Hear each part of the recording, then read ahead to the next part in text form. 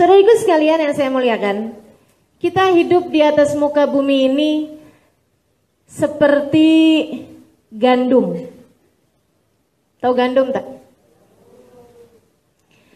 Gandum itu bertumbuh dari dimasukkan oleh petani, bertumbuh naik. Akan tetapi ketika ia masih tumbuh begitu, tidak dapat dirasakan kemanfaatannya. Terus tumbuh sampai besar sampai matang. Apakah kalau sudah matang dapat manfaatnya? Belum.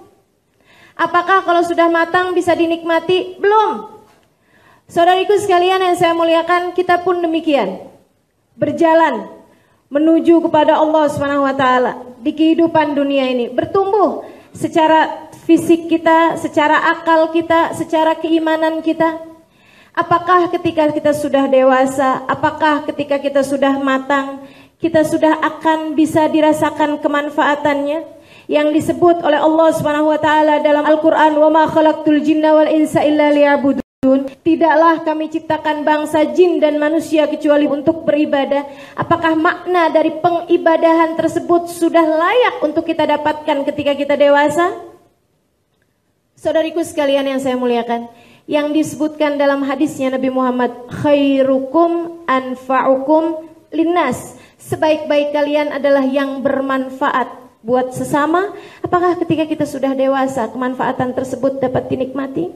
Sudah berilmu misalnya, sudah mampu memberikan sesuatu kepada masyarakat misalnya, sudah bekerja misalnya, sudahkah? Belum. Sama halnya dengan gandum tadi ini, ketika ia sudah matang, saudariku sekalian yang saya muliakan, ia masih harus dikuliti. Sesudah dikuliti ia kemudian ditumbuk. Sesudah ditumbuk ia kemudian dibuat adonan. Habis selesai adonannya dibuat dengan dibanting-banting, kan begitu, pukul-pukul. Sesudah itu kemudian dibakar. Itu kira-kira di antara semua proses itu, dikuliti,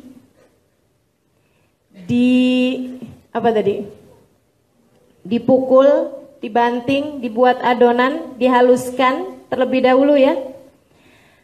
Kemudian dibakar. Dari dikuliti, dihaluskan, dilumatkan, dihancurkan, kemudian dipukul, dibuat adonan, kemudian dibakar. Mana yang kira-kira enak menurutmu? Jika engkau menjadi gandum, kira-kira ada yang enak tak dari keempat proses tersebut? Dikuliti, ya Allah. Kemudian dihancurkan pula, ditumbuk pula, ya Allah. Kemudian sesudah itu dibanting-banting pula, ya Allah. Kemudian sesudah itu dibakar pula, dipanggang di atas api. Kalau tidak mau menjadi yang seperti itu, kamu hanya akan menjadi gandum, tidak akan pernah menjadi roti. Maka di kehidupan dunia ini, semua kesulitan yang kau hadapi adalah jenis dari pengulitan, penghancuran, pemukulan, kemudian pembakaran. Tidak akan pernah ada seorang muslim pun yang kemudian tidak melewati proses-proses yang seperti itu. Allah berfirman dalam Al-Quran, A'udzubillahi minasyaitonirrajim. Afahasiban nas an yutraku an yaqulu rabbunallah walam yuftanu an yaqulu amanna walam yuftanu. Kata Allah SWT, apakah manusia menyangka bahwasanya dia akan berkata, ya Allah kami beriman, ya Allah kami beriman, dan dia tidak diuji? Tidak akan, kata Allah. Ketika kamu berkata, kami beriman ya Allah, Tuhan kami adalah Engkau ya Allah, maka kata Allah, bersiaplah, aku akan menjadikanmu sebuah roti. Aku akan menjadikanmu sebuah roti. Sehingga manisnya keimanan tersebut akan terasa olehmu dan juga orang-orang di sekelilingmu, hingga engkau akan aku jadikan sebagai hamba-hamba pilihanku. Saudariku sekalian yang saya muliakan, semakin berat ujiannya, semakin berat cobaannya, semakin berat cabarannya, maka akan semakin tinggi pula lah nilai yang akan dihasilkan untuk kebahagiaan hidupmu dunia dan akhirat, untuk kemanfaatanmu di dunia, hingga kemudian kesenangan dan keindahan tertinggi yang akan kau berikan kelak di dalam surganya Allah. Sampaikan kepada saya, adakah seorang nabi yang tidak diuji? Dan milih ujian yang seperti apa engkau kira-kiranya? Ayo nih, saya tanyain, ada tak yang mau menjadi seperti Nabi Ayub? Nabi Ayub, ada yang tertarik? Dikasih sakit,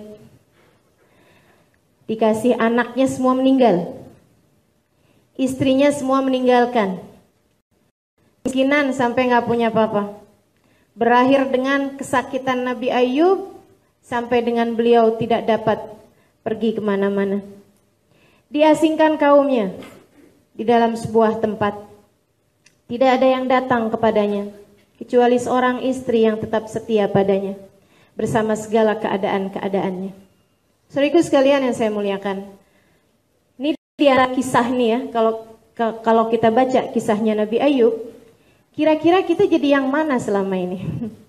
Nabi Ayubnya, istrinya yang tetap setia, atau istrinya yang meninggalkan dia, atau bahkan kaum yang durhaka kepadanya? Nah, untuk terlalu berat. Oke, baik, mau jadi Nabi Yusuf aja, cakep loh, Nabi Yusuf. Tapi ya Allah, cakep rupa, tidak cakep nasibnya, kalau boleh dibilang seperti itu. Saudaraku sekalian, kecil-kecilan sudah dibuli. Sejak zaman kecil beliau sudah dibuli. Saudaranya semua benci kepadanya, mengatakan, la Yusuf akhu ahabbu ilaina min abina wa nahnu usbah. Nih Yusuf sama saudaranya Benyamin lebih disayang sama bapak kita daripada kita semua, padahal kita banyak jumlahnya. 10 kami semua seperti tidak ada di mata ayah kita. Yuk kalau gitu kita singkirkan aja Yusuf, dibuang di sumur.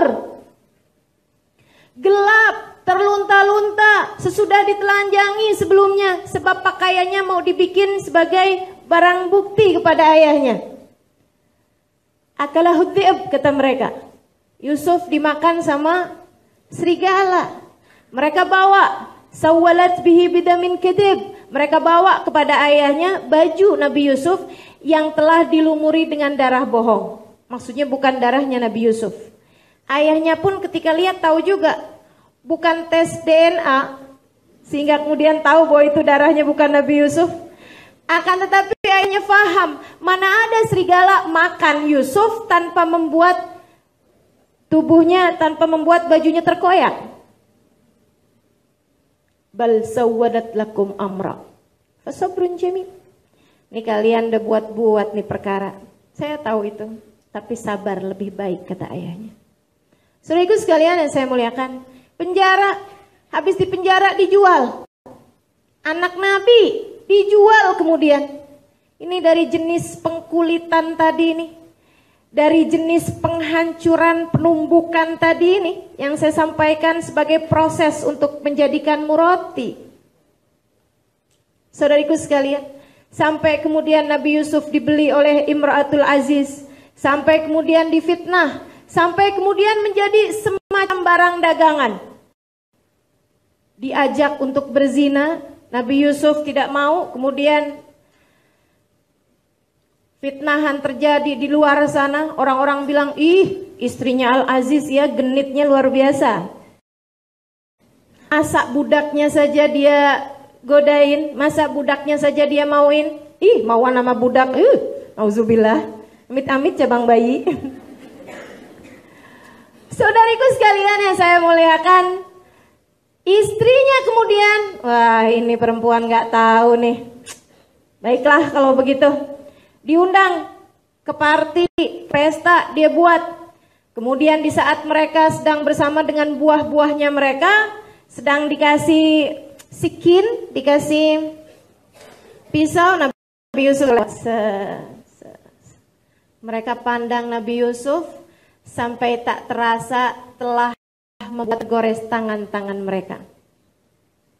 Ma hadza basyara in hadza illa malakun karim. Wah, ini sih bukan orang nih, ini bidadara. Malaikat. Tapi malaikat juga malaikat siapa dulu ya? Ya teman-teman, kalau dibilangin, ih seperti malaikat ya, Masya Allah gitu. Jangan kebesaran kepala dulu. Tanyakan dulu, maksud kamu malaikat siapa nih? Jangan-jangan Israel. Saudariku sekalian yang saya muliakan, Nabi Yusuf. Kemudian sesudah itu Nabi Yusuf bilang, ya Allah kayaknya susah jadi orang ganteng. Ujiannya besar, jadi orang cakep, penjarakan saja saya ya Allah. Nabi Yusuf kemudian dipenjara lebih dari 10 tahun. Saudari-saudariku sekalian, jenis dari pembakaran yang dilakukan oleh Allah Subhanahu wa taala untuk menjadikan Nabi Yusuf menjadi sebuah roti yang enak dinikmati siapapun. Siapa mau dapat ujian yang kayak gimana kita? Semuanya sudah pernah. Asia, suaminya Fir'aun. Maka setiap kali ada perempuan ngadu sama saya, Ustazah suami saya kan, Ustazah suami saya kan. Ya Allah Ustazah kurang perhatian. Ya Allah Ustazah dia lebih tertarik janda belakang rumah. Segala macam pengaduan. Ya Allah Ustazah suami saya gagal pun. Saya selalu bertanya kepada dia, kira-kira sama Asia mana lebih baik? Alhamdulillah seapa-apanya suami kita nggak Fir'aun amat. Ayo ya ini, subhanallah luar biasa benar. Ujian pastinya akan selalu datang dalam kehidupanmu, saudari-saudariku sekalian yang saya muliakan. Mau sakitkah itu atau yang seperti baginda kita Nabi besar Muhammad alaihi wasallam ditinggal orang yang ia cinta. Terbayang Nabi Muhammad tuh meninggal dunia nggak tua-tua amat. Nabi itu meninggal dunia 63 tahun. Namun siapa yang beliau miliki ketika beliau meninggal dunia itu? Ibundanya sudah meninggal dari sebelum ia kenal sungguh-sungguh dengannya. Ayahnya bahkan ketika ia berada dalam rahim ibunya punya anak tujuhnya meninggal sebelum beliau meninggal. Hanya satu aja yang tersisa ketika beliau meninggal, yaitu Sayyidah Fatimah Zahra. Yang lain semuanya sudah meninggal duluan. Istrinya tercinta Sayyidah Khadijah sudah meninggal. Pamannya meninggal, kakeknya semasa kecil sudah meninggal. Subhanallah, begitu berat ujian yang jalani oleh baginda kita Nabi besar Muhammad alaihi wasallam. Sakiti, diasingkan, dilukai, dipukul, diusir, dilempar dengan batu. Lagi yang belum. Adakah seseorang di antara kita pernah dilempar dengan batu? Terlempar mungkin. Maksudnya aja gitu ya, ada orang waktu lagi lempar jumroh. Ada yang kepalanya terantuk. Itu sepertinya orang Indonesia. Rambutmu terkena. Karena orang Indonesia itu kalau lagi lempar jumroh biasanya makanya mau melempar setan. Jadi dengan setengah dendam. Saudariku sekalian yang saya muliakan, semua orang diuji, semua orang susah hidupnya. Mau jadi seperti apa engkau jika kemudian ingin hidupmu itu tidak mendapatkan ujian, tidak mendapatkan kesulitan? Saudariku sekalian yang saya muliakan, tidak jadi masalah datangnya ujian tersebut. Tidak akan membuatmu menjadi hina datangnya ujian-ujian tersebut. Masalahnya adalah bahwa jangan pernah menyerah.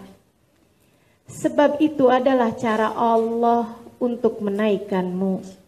Itu adalah cara Allah untuk menguatkanmu. Saudariku sekalian yang saya muliakan, mau hidupnya kayak siapa yang senang terus gitu? Fir'aun.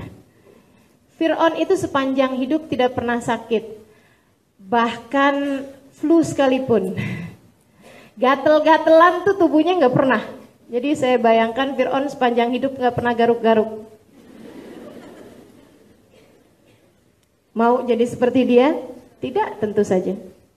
Fir'aun itu kalau berdoa, kalau meminta, bahkan bukan meminta, kalau berkata kepada sesuatu, jadilah, maka jadilah sesuatu tersebut.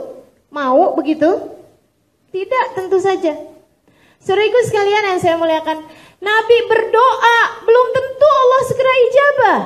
Ada banyak hal yang katanya Nabi Muhammad alaihissalam, permintaanku ditakjil, ditunda oleh Allah Subhanahu wa taala untuk nanti di hari akhirat. Akan tetapi Fir'aun, bahkan ketika ia berkata kepada langit, hujan, maka segera turun hujan saat itu juga. Maka kalau engkau merasa bahwa saya setiap doa saya diijabah, jangan besar kepala. Saya tidak tahu engkau sedang diserupakan dengan siapa.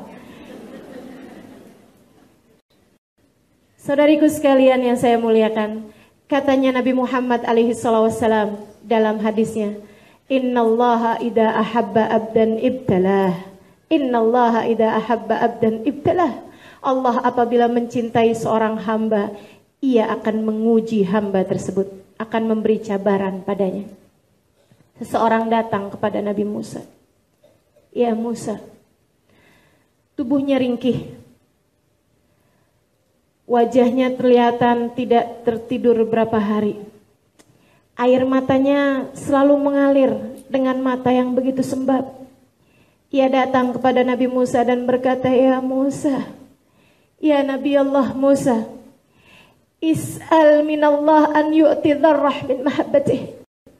Wahai Nabi Musa, engkau dapat berbincang dengan Allah, sampaikan kepada Allah untuk membagi kepadaku setitik debu cinta kepadaku ini.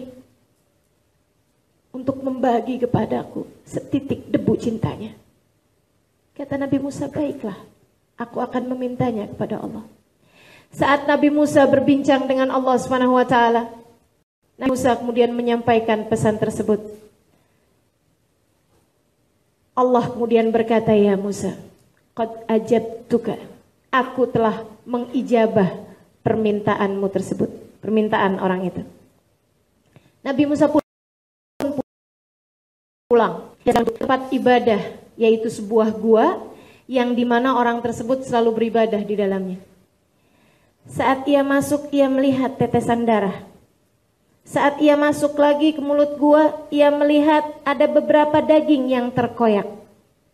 Saat ia masuk lagi, ia mendapati di tempat ibadah orang tersebut sudah tinggal tersisa tulang belulang orang itu dengan percakan-percakan darah yang bersimbah di mana-mana. Tubuhnya telah dikoyak-koyak oleh serigala. Nabi Musa dengan menangis keluar dari gua tersebut. Ia berkata, ya Allah, aku baru saja hendak mengabari kepadanya kabar gembira bahwa engkau mencintainya. Akan tetapi saya dapati engkau berlaku seperti itu kepadanya, ya Allah. Allah kemudian menjawab, ya Musa, hakadha fa'altu bi ahbabi. Ya Musa, hakadha fa'altu bi ahbabi. Wahai Musa, tidak tahukah engkau demikianlah aku berbuat kepada hamba-hamba yang aku cinta. Demikianlah aku berbuat kepada hamba-hamba yang aku cinta. Maka jika engkau sakit, anakmu sakit, suamimu berpaling, orang melecehkanmu, orang meninggalkanmu, diberi kemiskinan, diberi kesulitan hidup, apapun saja bentuknya, rasakanlah manisnya cinta yang sedang Allah hembuskan kepadamu. Rasakanlah tingginya rasa cinta yang sedang Allah Subhanahu wa taala berikan dalam hidupmu. Masalahnya, Kita ini kadang-kadang suka nggak ngerti apa yang harus kita perbuat. Ini saudaraku sekalian, ada beberapa hal yang harus saya sampaikan kepadamu untuk membuatmu segera dapat menjadi roti yang dapat segera menjadikanmu roti. Jangan berlari ketika diuji. Jangan menjauh ketika diuji. Jangan berlari dari ujiannya. Yang pertama kali harus engkau sadari adalah, hal pertama yang harus kau sadari ketika diuji adalah, pengujinya adalah Allah. Tidak ada apapun terjadi kecuali dengan izin Allah. Saudariku sekalian, pengujinya adalah Allah. Pengujinya adalah Allah. Bisa jadi engkau diasingkan orang, tapi sebenarnya yang melakukan itu adalah Allah. Bisa jadi engkau sedang bawa kereta, kemudian terlanggar keretamu sehingga harus menjadikan, naudzubillah misalnya, salah satu anggota tubuhmu diambil oleh Allah SWT misalnya. Kakimu menjadi pincang misalnya. Engkau begitu geram kepada seseorang yang kemudian kau tahu dia sedang mabuk ketika mengendarai keretanya. Engkau begitu marah kepadanya, engkau boleh menuntut kemana-mana, silahkan saja. Akan tetapi saudaraku sekalian, sebelum kau berpikir untuk melakukan sesuatu, tidak ada yang dapat melakukan apapun kecuali Allah. Tidak ada satu daun jatuh kecuali ia dijatuhkan oleh Allah. Tidak ada burung terbang kemudian jatuh kecuali yang menjatuhkannya adalah Allah. Wa ma ramaita id ramaita walakinallaha rama. Wa ma ramaita id ramaita walakinallaha rama. Begitu kata Allah Subhanahu wa taala dalam Al-Qur'an. Tatkala kamu melempar, kamu tidak sungguh-sungguh melempar, kata Allah, walakinallaha rama, akan tetapi Allah lah yang tengah melempar. Kau tidak akan mampu melempar tanpa izinnya. Tidak ada yang menghadirkanmu hari ini di majelis ini kecuali Allah. Kecuali Allah. Kecuali Allah. Tidak ada yang menjadikanmu konsentrasi atau mengalir air mata atau terbawa emosi sementara yang di ujung sana ada yang mengantuk. Kecuali Allah. Kecuali Allah. Bahkan tidak ada yang menghadirkan ucapan-ucapan ini kecuali Allah. Tidak ada yang dapat melakukan apapun kecuali Allah. Subhanallah. Fahamilah. Fahamilah bahwa pengujinya Allah. Dan fahamilah bahwa sang penguji ini ketika mengujimu bukan untuk menjatuhkanmu. Bukan untuk menjatuhkanmu. Akan tetapi untuk menaikkanmu. Untuk mengembalikanmu di sisinya. Untuk mengembalikanmu di sisinya. Sekali lagi, bukankah indah sekali?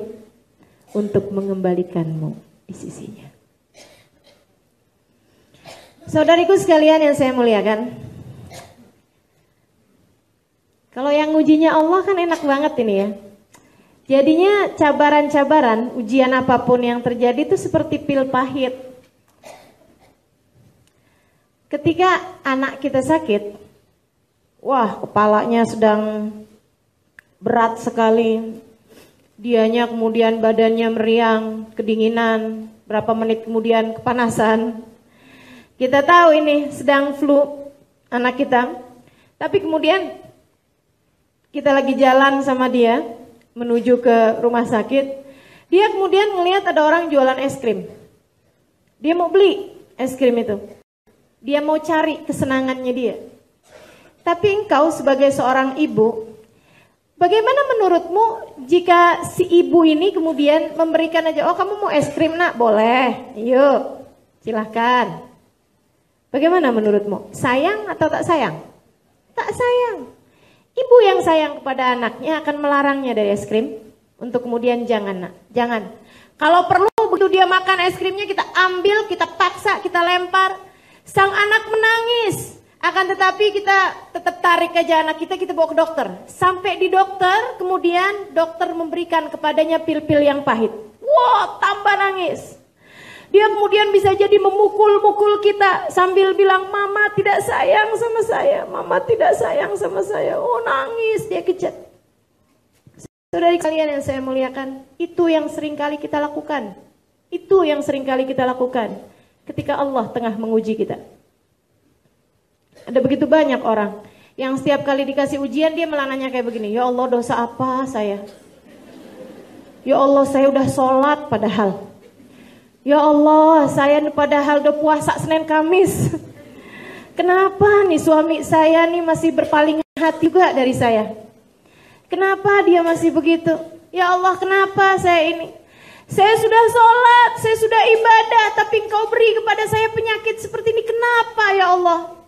Jangan suka bertanya kepada Allah kenapa. Allah bisa saja menjawab kenapa tidak. Ya Allah kenapa? Kata Allah emang kenapa? Saudariku sekalian yang saya muliakan, pil-pil pahit berupa ujian-ujian tersebut, ketika kita meminumnya adalah untuk menyehatkanmu, adalah untuk menguatkanmu, adalah untuk menjadikanmu sebagai hamba-hamba yang kuat terhadap berbagai macam kesakitan, berbagai macam wabah, berbagai macam kuman, berbagai infeksi dan lain sebagainya. Seperti itu kira-kiranya dengan Allah SWT. Sekali lagi, hal pertama yang harus kau ingat ketika mendapatkan berbagai macam cabaran dalam kehidupan, mau kecil mau besar, mau lama mau yang sebentar, ujian tersebut pertama kali harus kau ingat adalah pengujinya adalah Allah. Pengujinya adalah Allah. Lewat tangan hamba-hambanya, tapi pengujinya adalah Allah. Bisa jadi lewat sesiapa, akan tetapi sekali lagi ingatlah pengujinya adalah Allah. Pernah satu ketika Nabi Muhammad alaihissalam sedang tawaf di Ka'bah. Ketika ia kemudian melihat seorang laki-laki tua sedang tawaf di Ka'bah. Jadi sebenarnya begini, ada seorang laki-laki tua tinggal di dekat Madinah, di dekat kota Mekah. Ia kemudian beriman, tapi masa itu nabinya sudah hijrah di Madinah. Jadi akhirnya dia pun kemudian menahan rindu setiap waktu kepada Nabi Muhammad sampai ia dengar Nabi datang untuk haji wada ke kota Mekah. Ia pun kemudian datang juga ke sana, datang ke Mekah itu ya. Ketika ia datang ke Mekah, berapa hari waktu awal langsung datang ke Mekah, dia segera tawaf. Di tengah-tengah dia tawaf, dia kemudian merasakan indahnya kasih Allah SWT. Ia pun bergumam, Ya Karim. Di belakang Nabi Muhammad menyaut, tapi dia nggak tahu bahwa itu Nabi Muhammad. Ya Karim. Dia jalan lagi, dia toleh. Siapa sih ikutin saya? Gitu dia pikir. Dia kemudian tawaf lagi, merasakan keindahan kedermawanan Allah dan dia bilang Ya Karim. Nabi ikutin dia lagi di belakang, Ya Karim. Dia masih sabar. Habis itu 3 kalinya dia ucap lagi, Ya Karim. Nabi Muhammad ikutin lagi, Ya Karim. Dia langsung menoleh. Jangan mentang-mentang saya orang kampung, saya orang datang dari Badui sana, karena saya terlihat orang bodoh, kemudian setiap kali saya mengucapkan suatu kamu ikutin. Andai tidak karena bagusnya rupamu dan indahnya wajahmu itu, aku pasti sudah akan mengadukanmu kepada Nabiku Muhammad. Nabi senyum. Kemudian dia bilang, katanya Nabi Muhammad alaihissalam, awala ya'rif nabiyak ya Syekh. Pak, Bapak emang gak pernah lihat Nabi Muhammad? Dia bilang, inilah ma'arif, inilah ma'araf. Saya memang betul belum pernah ketemu sama Nabi Muhammad, tapi saya sepenuh cinta kepadanya. Saya memang belum pernah melihatnya, tapi sepanjang hari dia selalu bersama dengan saya, di dalam hati saya. Nabi kemudian berkata, Ana Nabiyyak Muhammad bin Abdillah. Anta, wah langsung dia ciumin tangan Nabi Muhammad alaihissalam. Malaikat Jibril turun, kemudian berkata, wahai Rasul, sampaikan kepadanya, jangan tertipu dengan kedermawanan Allah, karena Allah pasti akan menghisap segala sesuatu. Nabi sampaikan, Pak, Allah kirim salam padamu. Dan mengatakan bahasanya jangan pernah tertipu dengan kedermawanan Allah. Karena dia berulang kali kan bilang, ya Karim, ya Karim. Allah pasti akan menghisabmu atas segala sesuatu kenikmatan yang Allah berikan padanya. Dan dia berkata, jadi Allah mau memperhitungkan saya, wahai Rasulullah? Iya. Oh, kalau gitu, saya juga mau memperhitungkan Allah. Allah mau menghisab saya, baiklah saya juga mau menghisab Allah. Maksudnya gimana? Kalau Allah menghisab saya atas dosa-dosa saya akan menghisab Allah di manakah ampunannya. Kalau saya dihisab Allah Subhanahu wa taala atas segala kekikiran saya akan bertanya, ya Allah, dan di manakah kedermawananmu jika begitu? Jika Allah menyalahkan saya atas keburukan saya akan mempertanyakan kepada Allah, dan di mana kebaikannya selama ini. Malaikat Jibril turun lagi. Wahai Nabi Muhammad, sampaikan padanya. Hendaklah dia sampaikan padanya Allah tidak akan pernah menghisabnya agar dia tidak menghisab Allah Subhanahu wa taala. Maka teman-teman saya sekalian, penghisabnya Allah. Pemberi cabaran padamu Allah, pemberi ujian padamu Allah. Maka apa yang kau takutkan? Engkau hanya perlu beberapa hal. Pertama, melambai. Tahu melambai tak? Please, tolong saya, bantu saya menyerah. Itu hal pertama yang harus engkau lakukan. Ketika ujian datang dalam kehidupanmu, menyerahlah. Kalau nggak menyerah nanti bolak-balik tuh. Ini kan lagi dikulitin. Kulitnya nggak terkelupas-kelupas. Baru habis dikelupas ada kulitnya lagi. Baru habis dikelupas ada kulitnya lagi. Akhirnya di situ aja. Ujiannya nggak naik-naik nanti. Cabarannya nggak naik-naik, nggak membuatmu naik kemudian. Masih di situ-situ aja tempatnya. Ayo saudariku sekalian yang saya muliakan, kalau ingin segera naik tingkatannya, pertama fahami pengujimu adalah Allah, dan yang kedua segeralah melambaikan benderamu kepadanya. Segeralah menyerah. Aku menyerah ya Allah, aku menyerah ya Allah. Tidak ada daya upayaku kecuali Engkau. Aku menyerah ya Allah. Habis menyerah ngapain? Mendekat kepadanya. Karena semua bentuk ujian diberikan untuk mendekatkanmu kepadanya. Seperti yang aku sampaikan berulang kali. Semua bentuk cabaran adalah untuk mendekatkanmu padanya. Maka mendekatlah, mendekatlah, mendekatlah. Alam ya'ni lilladzina amanu an tahsha'a qulubuhum li dzikrillahi wa ma nazala minal haqq. Allah bertanya kepadamu, kepadaku, kepada kita semua. Alam ya'ni lilladzina amanu, belum tibakah waktu bagi orang-orang yang beriman, antakhsha'a qulubuhum li dzikrillahi wa ma nazala minal haqq, untuk hati mereka khusyuk, untuk hati mereka faham, untuk hati mereka mengingat Allah Subhanahu wa taala, wa ma nazala minal haqq, dan apa yang datang dari Al-Qur'an, apa yang didatangkan padamu wahai Muhammad. Belum juga, kata Allah, belum juga. Baik, aku akan uji lagi kamu. Aku akan kuliti lagi dirimu. Maka yang Allah tunggu dari kita adalah engkau melambaikan dirimu kepada Allah. Al-ana ya Rabb, al-ana ya Allah. Iya ya Allah, sudah datang waktunya. Sudah datang waktunya.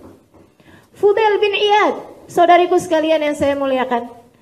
Seorang perampok, seorang penjudi, seorang peminum minuman keras, seorang pembunuh bahkan. Sepanjang hidupnya berada dalam keadaan kemaksiatan. Sampai suatu ketika ia ingin memiliki seorang anak karena ingin melaksanakan sunnahnya Nabi, memberi hadiah. Memberi hadiah, dia tahu itu dari seorang laki-laki yang dia rampok. Ada seorang laki-laki dia rampok, memberikan semua hartanya kecuali satu boneka. Dia kemudian bertanya, kenapa? Ada pasal apa kamu sama boneka itu? Dia bilang, karena saya kalau pulang ke rumah tidak bawa hadiah buat anak saya nggak mau. Saya punya anak perempuan. Saya amalkan sunnahnya Nabi Muhammad, kalau pulang ke rumah bawa hadiah, terutama buat anak perempuanmu. Oh gitu, kata Fudail, perampok. Dia kemudian bilang, baiklah kalau gitu, dibalikin sama dia si bonekanya, Dia rampok sisanya yang lain, habis itu dia memutuskan untuk menikah. Karena kepengen punya anak perempuan. Dia paksa kawin seorang perempuan paling cantik di kampungnya. Habis itu kemudian dia hamili perempuan tersebut. Sampai dapat anak, alhamdulillah dapat anak perempuan. Dia kemudian ceraikan perempuan itu, dia gak mau sama perempuannya, dia mau sama anaknya aja. Dibesarkan anaknya sampai di usia 10 tahunan. Dan dia mabuk seperti yang saya sampaikan. Dia berjudi seperti yang saya sampaikan. Dia membunuh, dia merampok. Semua jenis kemaksiatan dia kerjakan. Hanya saja ada satu sunnah yang dia kerjakan. Memberi hadiah kepada anak perempuannya. Setiap kali dia habis pulang keluar kota. Sholat enggak gitu ya. Puasa boro-boro. Tapi dia kasih hadiah kepada anak perempuannya ini. Tiap kali dia pulang. Saudaraku sekalian saya muliakan. Lagi sayang-sayangnya kepada anak tersebut. Lagi bahagia-bahagianya kepada anak tersebut. Anaknya solehah luar biasa. Bakti dan menyenangkan luar biasa. Tiap ayahnya pulang dia gak peduli. Ayahnya mau merampok atau apa. Dia pijitin ayahnya. Dia buatkan minum buat ayahnya. Dia jadi anak yang luar biasa menyenangkannya.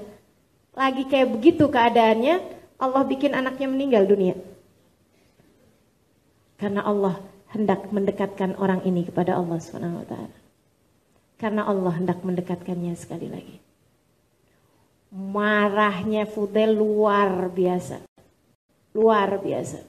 Ia pun kemudian depresi, frustasi, ia tambah minum-minuman keras. Tiap kali sadar kemudian keingetan anaknya, dia kembali minum minuman keras. Sampai satu ketika di saat dia sedang dalam keadaan tidur, udah tubuhnya udah nggak jelas, keadaannya sudah nggak jelas. Dia bermimpi melihat dirinya tengah dikejar atan, ular besar mau nerekam dia gitu. Dia lari kemudiannya. Saat dia lari tersebut itu, dia lari sampai kemudian dia terhalang oleh sebuah jurang. Di bawahnya jurang dengan api yang siap melahapnya. Di bawahnya itu ada, di jurangnya itu ada apinya. Akan tapi kalau dia tidak meluncur ke sana, dia pun akan segera didatangi ular itu. Saat itu, dia kemudian melihat anaknya.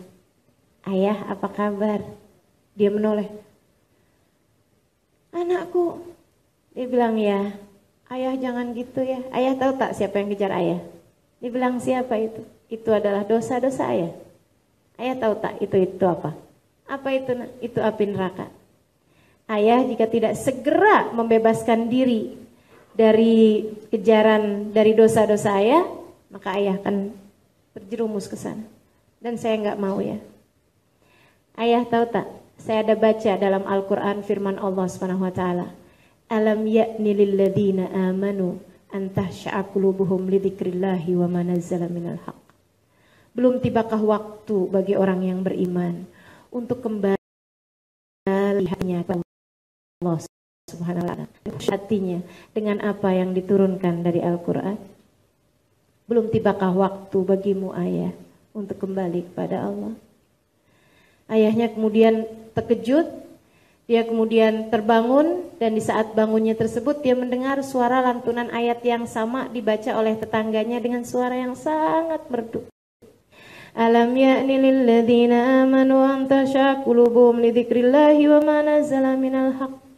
Dan Fudail merasa hatinya sedang ditampar-tampar. Fudail merasa sepertinya ini adalah saatnya untuk segera kembali kepada Allah Subhanahu wa taala. Ia pun kemudian segera berdiri, ia menuju kamar mandi seraya mengatakan, Al-ana ya Rabb, Al-ana ya Allah. Iya ya Allah, telah datang waktunya. Iya ya Allah, sekarang juga ya Allah. Enggak kapan-kapan, sekarang juga ya Allah. Saya sudah akan memulainya, sekarang juga. Aku akan segera kembali padamu. Saudariku sekalian, itu yang kita perlukan. Di saat ujian-ujian cabaran dalam kehidupan datang, kembalilah kepada Allah. Mendekatlah kepadanya. Lambaikan tanganmu kepadanya. Sekarang ya Allah, sekarang ya Allah. Tidak entar-entar, sekarang juga ya Allah. Saatku untuk kembali padamu. Mendekatlah kepadanya.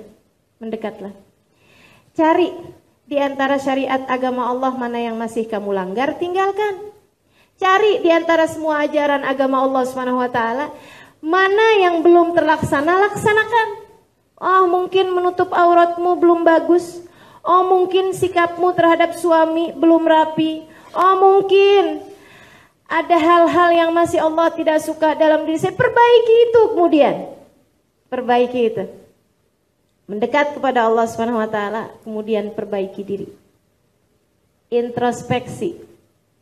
Introspeksi diri. Saudariku sekalian yang saya muliakan, introspeksi. Perbaiki dirimu. Saya jadi ingat ada seorang sahabat ini ya, dalam rangka introspeksi diri nih. Saya ada punya teman di Jakarta sana. Waktu dia menikah agak belakangan. Menikahnya udah hampir dalam 40 tahun baru menikah. Dia menikah aja, kita teman-temannya, saya dengan beberapa kawan mikir gitu, ya Allah, itu kira-kira bisa punya anak tak ya? Usianya udah hampir 40 tahun. Sangat solehah perempuan ini, baik gitu ya orangnya. Abis menikah, memang sempat beberapa bulan nggak punya anak, belum hamil gitu. Sampai setahun lebih dia kemudian hamil. Wah bahagianya luar biasa dia semasa hamil itu. Akhirnya kemudian lahir anak laki-laki. Satu hari anaknya ini lagi umur-umur 10 bulan gitu ya. Udah lagi lucu-lucunya tuh anak. Bapaknya atau suami dia nih sayangnya sama anak tersebut luar biasa. Dianya kegilaan. Itu dua orang sedang terfitnah dengan anaknya. Lagi sayang-sayangnya. Hatinya udah kayaknya kemana-mana anaknya gitu. Satu hari ayah pulang kerja lagi main-main sama anaknya. Dia naikin anaknya, turunin anaknya di atas tempat tidur.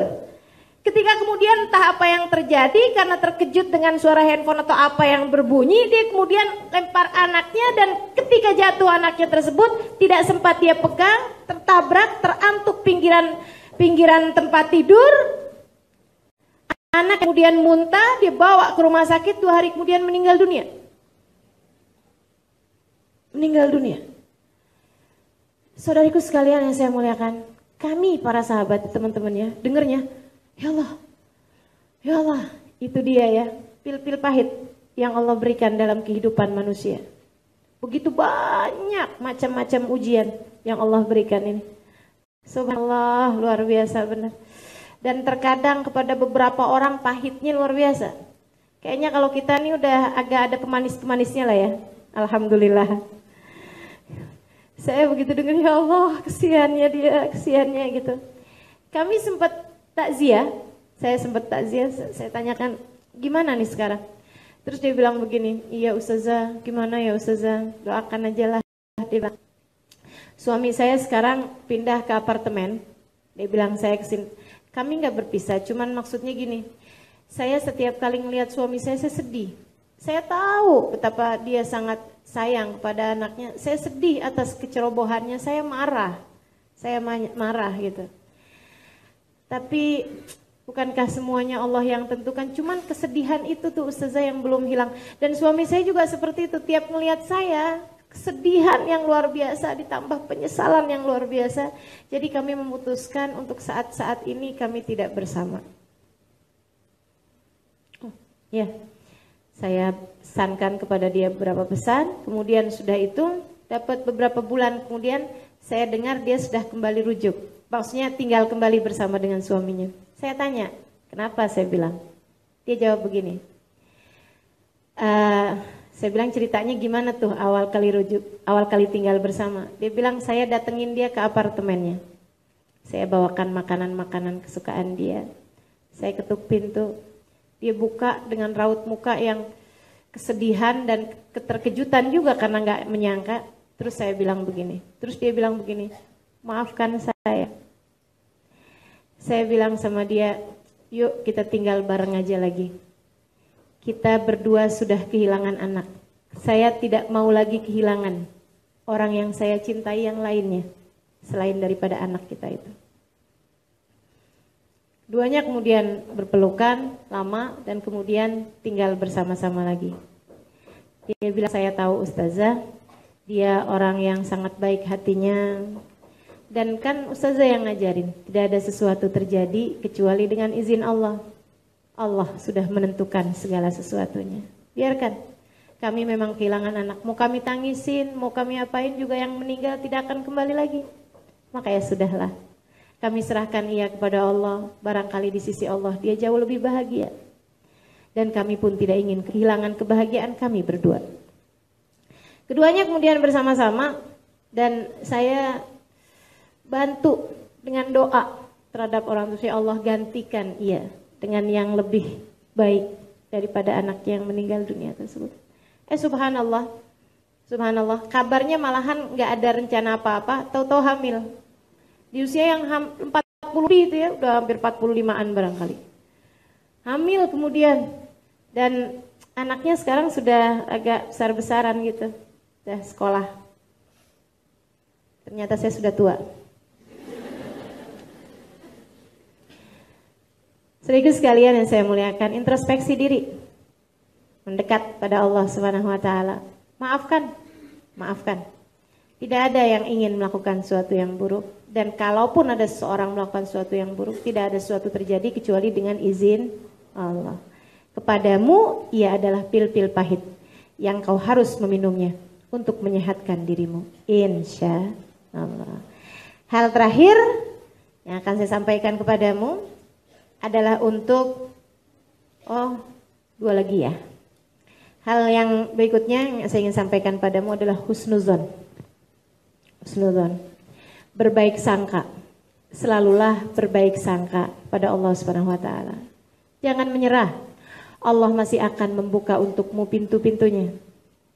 Saudaraku sekalian, jangan menyerah. Allah masih akan selalu membuka untukmu pintu-pintunya. Apapun dari cabaran dalam kehidupanmu, kesulitan yang ada dalam kehidupanmu, jangan pernah menyerah, sebab Allah masih akan membukakan untukmu pintu-pintunya.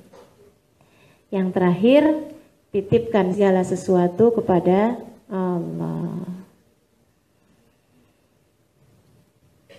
Titipkan kepada Allah. Titipkan kepada Allah. Hasbunallah wa ni'mal wakil. Ni'mal wa ni'mal nasir. Allah itu teman-teman saudaraku sekalian, saya titipin jemuran aja dijaga kok sama Allah.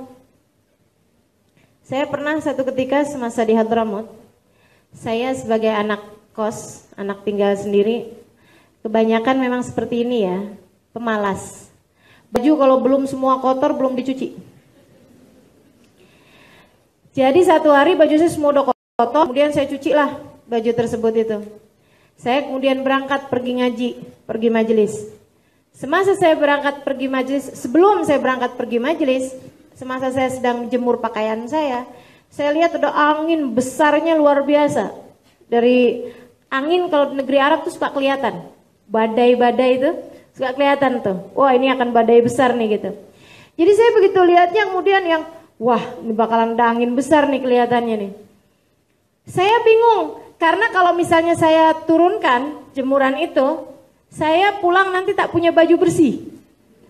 Kalau misalnya saya biarkan terjemur dengan kemungkinan angin membawanya terbang, ya Allah, itu terbangnya bisa tidak hanya ke bawah gitu ya, tidak hanya jatuh ke bawah-bawahnya, bisa pergi ke rumah tetangga 10 rumah. Dan kebayang kalau orang seorang laki-laki jalan kemudian ada apa ini? Waduh, kalau kena pakaian dalam kan saya malu. Apa yang saya lakukan kemudian, dan saya tidak punya penjepit baju semasa itu. Saya pun kemudian teringat sesuatu, ya udah bismillah lah. Belum mana saya mau hadir majelis juga gitu. Saya khawatir terlambat. Jadi akhirnya saya pegangin semua baju itu satu-satu dengan saya bilang, Istauda'tukallah. Saya titipkan kamu sama Allah, saya titipkan kamu sama Allah, saya titipkan kamu sama Allah. Saya pun kemudian berangkat pergi ke majelis. Hari itu angin luar biasa besarnya. Waduh, saya udah kebayang aja, wah ini habis nih baju saya nih. Udah gak tahu kemana aja nih. Saya pun ngeliat ada macam-macam sampah di jalanan, ada rupa-rupa sampah di jalanan. Dan saya tahu pula dia sudah lewat deket rumah saya itu. Begitu masuk ke rumah, saya langsung naik ke atas. Dan tibalah saya di sana. Dengan penuh rasa syukur, saya melihat semua baju saya tidak ada yang bergerak dari tempatnya. Ya Allah, saya bilang ya Allah makasih. Engkau telah menjaga baju-baju saya, jemuran saya. Saudara sekalian, jika dititipin jemuran aja, dia jaga dengan sedemikian indahnya. Apakah menurutmu jika engkau titipkan dirimu, anakmu, suamimu, imanmu, takwamu, kebahagiaanmu, surgamu kau titipkan kepadanya, tidakkah ia akan menjaganya sedemikian rupa? Tidakkah ia akan menjaganya sedemikian rupa? Karenanya kemudian para ulama tuh, kalau pagi-pagi kita disuruh baca syahidallahu annahu la ilaha illa huwa wal malaikatu wa ulul ilmi qa'iman bil qisti la ilaha illa huwal azizul hakim. Gitu ya, ayat itu Allah menyaksikan tidak ada Tuhan kecuali Dia dan segenap malaikat menyaksikannya bahwa tidak ada Tuhan kecuali Allah, dan orang-orang yang berilmu pun menyaksikan itu. Kita dibaikkan, dianjurkan untuk membaca wa ana ashhad bima syahidallahu bih wa ushhidullah ala dzalik wa astaudi Allah hadhihi syahadah wa hiya li indallahi wadi'ah as'aluhu hifdhuha hatta yatawaffani 'alaiha. Ya Allah, aku pun juga menyaksikan tidak ada Tuhan kecuali Engkau, dan aku jadikan Engkau ya Allah sebagai saksinya, sebagai saksi bahwa aku menyaksikan tidak ada Tuhan kecuali Engkau. Wa astaudillah hadhihi syahadah, dan aku minta, aku titipkan penyaksianku ini kepadamu ya Allah. Kembalikanlah kepadaku di saat aku memerlukannya, di saat akhir kehidupanku tiba. Itu katanya para ulama, jika ada orang membaca itu, ayat tersebut, kemudian membaca doa itu, jika tak hafal dalam bahasa Arab, silahkan dalam bahasa kita masing-masing. Ayatnya jangan dirubah-rubah bahasanya, tapi itunya, doanya tadi itu silahkan saja. Ya Allah, aku menyaksikan bahwa tidak ada Tuhan kecuali Engkau, dan aku jadikan Kau sebagai saksinya, dan aku titipkan syahadatku kepadamu ya Allah. Penyaksianku ini, imanku ini aku titipkan kepadamu. Jagalah ia ya Allah hingga aku dapat menghadapmu dengan berbekal keimanan tersebut. Kembalikan kepadaku di saat aku memerlukannya. Jadi sekalian, para ulama mengatakan siapa yang membaca ini setiap harinya, maka ketika datang ajal menjemputnya, Allah akan berkata kepada malaikatnya, berhati-hatilah dalam mencabut nyawanya, dia telah menitipkan keimanannya kepadaku seumur hidupnya. Berhati-hatilah dalam mencabut nyawanya, ringankan pencabutan nyawanya, dan pastikan tidak ada kalimat terakhir keluar dari lisannya kecuali kalimat la ilaha illallah. Bismillah, insya Allah kita akan menjadi muslimah-muslimah yang tidak akan menyerah. Kita akan menjadi muslimah-muslimah yang terus mendekat kepada Allah Subhanahu wa taala hingga saat kita menghadapnya dalam keadaan penuh keimanan insya Allah, dalam keadaan penuh cinta insya Allah, dalam keadaan menaiki tangga yang tertinggi dari dicintai oleh Allah Subhanahu wa taala. Hingga hari itu kita akan mendengarnya berbisik di telinga kita, ya ayyatuhan nafsul mutmainnah irji'i ila rabbiki radiyatan mardiyah fadkhuli fi ibadi wadkhuli jannati. Wahai pemilik jiwa yang tenang, kembalilah engkau kepada Tuhanmu. Ia telah ridho padamu dan engkau pun ridho padanya. Masuklah ke dalam golongan hamba-hambaku, masuklah ke dalam surgaku. Rabbana taqabbal minna innaka antas samiul alim, tub alaina innaka antat tawwabur rahim. Tawaffi subhanakallahumma tahiyatum fiha salam. Akhiru da'wana anil hamdulillahi rabbil alamin.